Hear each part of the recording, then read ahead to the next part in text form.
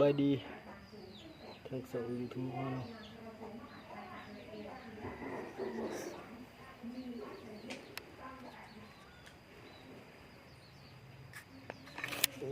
ก็แล้วบุเจ๋ง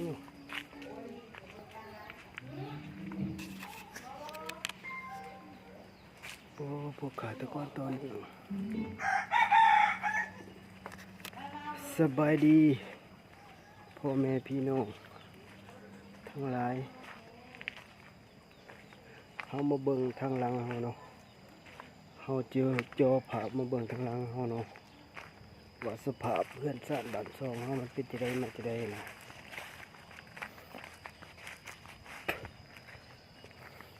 เขาจะมาตามล่าวีโบเหนือโบละแต่วิจักขาก้นเงินคอยแล้วก็มาเอาเงินเงินคอยอีก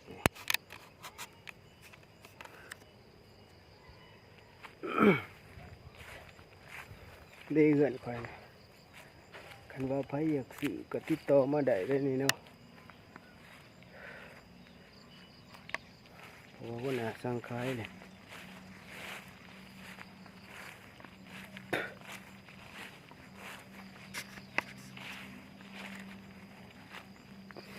สภาพทางหลังมันเนาะทางหลังเหือนเนาะขางเหือนเนาะนี่ก็ต้นมะคุงที่เคยเห็นที่ผ่านมานะต้นมะคุงพันปีเนาะ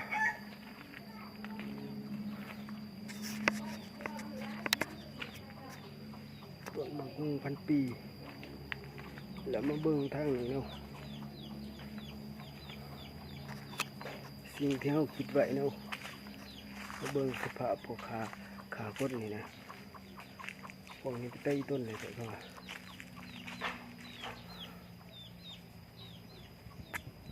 เกินไก่ก็เพื่อนคอยแล้วเนี่ย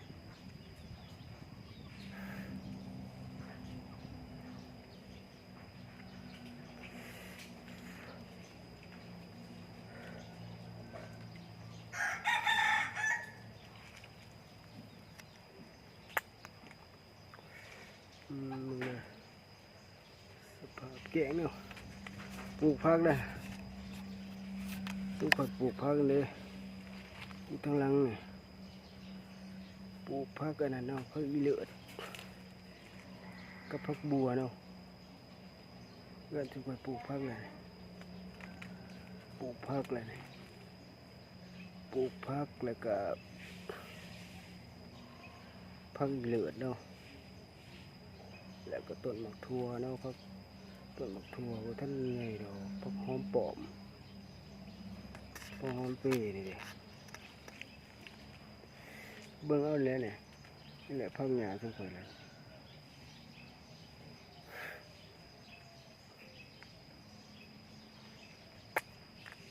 เห็นบ่เนี่ยปลูกพักเลยทุกคนได้ปลูกพักเลยพักหอมปอมหอมเป้ผักบงผักอีเลิศผักปังเนาะปลูกเย็นกินเองปลูกไว้กินเองก็แนมเบิ่งดีๆตีนี่ก็สู้ไม่เบิ่งผักเบิดเด็ดผักหญ้าเมียนใส่แกงใส่ป่นยังนะใส่มากินกับมาเผียมายังบ่ได้ปลูกแต่ผักสู้เด้อพี่น้อง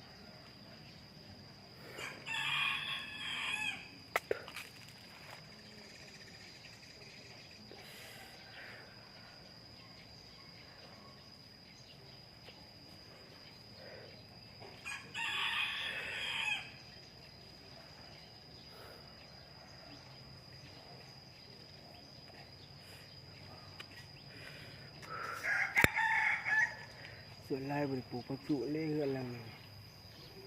บอกก็คอยว่ายา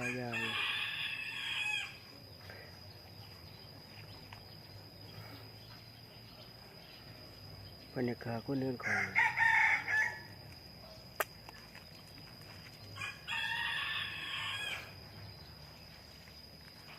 คืนนี้ก็มันเก็บซุปไปมันขี่บ่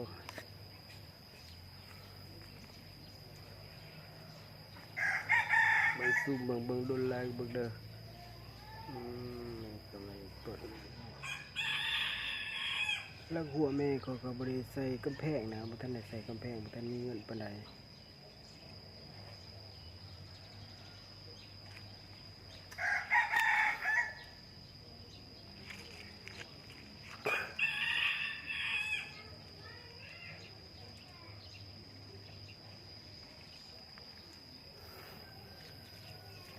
เพื่อนละงวนนี่ตัวข่อยเว้า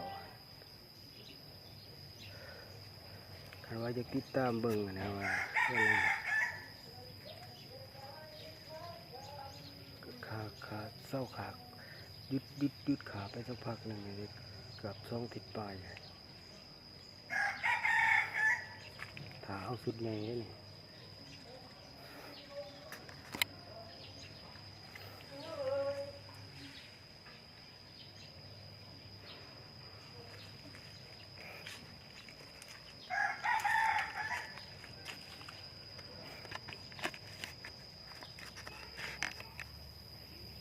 ตั้งไว้โอเคเนาะค่อยสิลองย่างไกลเด้อเขาหนึ่งเด้อเบิ่งเด้อว่าสภาพข่อยเป็นจะได้มาจะได้เนาะปวดกล้าเบิ่งพักเบิ่งปูธรรมศาสตร์ได้นี่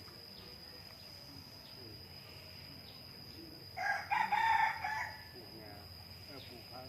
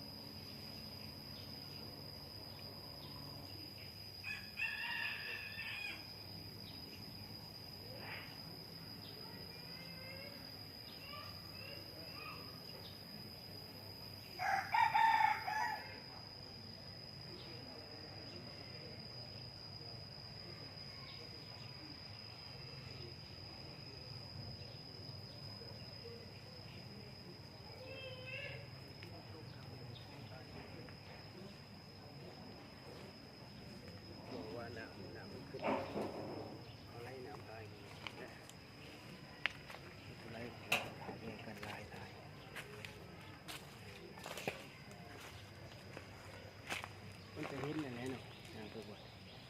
เห็นตุ๊กเกะ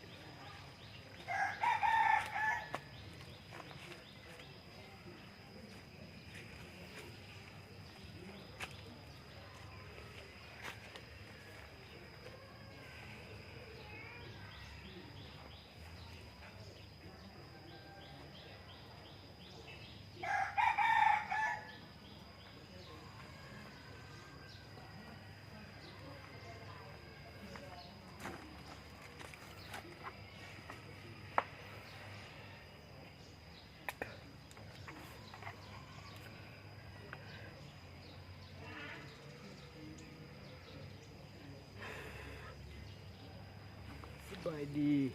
พ่อแม่พี่น้องนี่เขามานั่งส้มเนาะข้าวหนึ่ง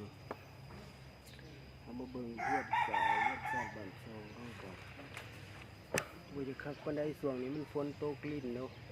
มันจะเปื้อนแน่ในหนึ่งเนาะถ้าว่ามีฝนก็สิสะอาดแน่ในหนึ่งเนาะใส่ก้นใส่ดิมากวดใบ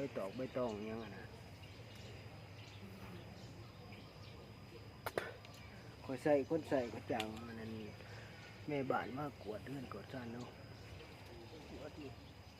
ใส่จังเขาเงินเดือน2 ล้านเอ็ดแทนก็สะอาดอยู่กับทนบ่ตก อันนี้มันพ้นตกก็เลยบ่ได้ให้เขาเก็บขวดปานใดไล่เขาเมื่อวานนี่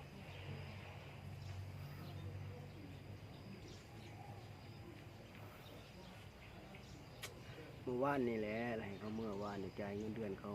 เท่าไรแหละเขาเฮ็ดเวียกประมาณ10ปลายวันปีหนึ่งกับ10วันเนาะปีหนึ่งกับ13วันจ่ายเขาว่านี่ประมาณ6-7 แสน7 แสนกี่แล้วก็ให้เขาเมื่อฝนมันฝนตกมันบ่เห็นนั่นบ่ค่อยอันนั้นเห็นอันนี้ปานใดเนาะเห็นความสะอาดสะอ้านแล้วมันสกปรกแหน่หน่อยหนึงนะเอื้อนมันไก่ป่าไก่แม่น้ำคลองแน่นะเอื้อนนะเอื้อยข้อยเองนะไก่แม่น้ำคลองแน่นะสกปรกแน่หลงฝน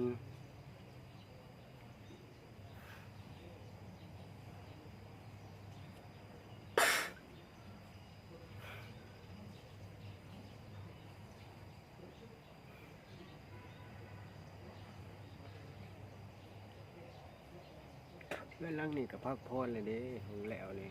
ช่วงวงแล้วนี่เกือบ10 ปลายสุกที่เขาขาไปนะไปหายไปจากโหลใบนี่ก็บ่แม่นขี้เนาะมีแต่คนแข่งสารวัตรคือเขาขา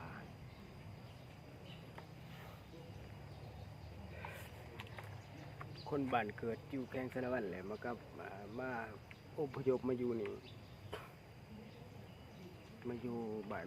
นเมืองบักซีนี่ไหลจากโลกนี้ไป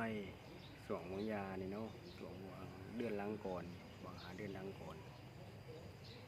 เกือบ10 ปลายสุกที่จากโลกนี้ไปหายไปหายตายหายลมตายหายจากไปจากโลกไปนี่ผมไม่นตายซื่อๆไหลตายถึงเขาใส่หลานไปซีกระทำซ้ำเรา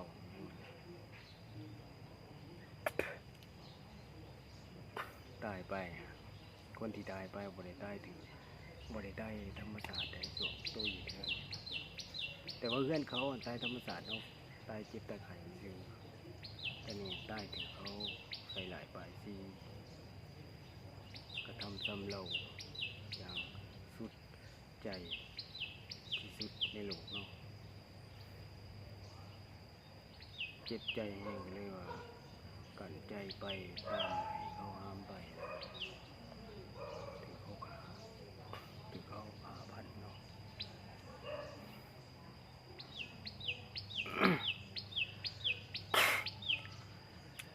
แต่ว่าสิ่งสิ่งที่ว่าเฮาลงอยู่ในบ้านเมืองนี่บ่ได้ไปไสมาไสครับมันเป็นย้อนเหตุการณ์ที่ว่า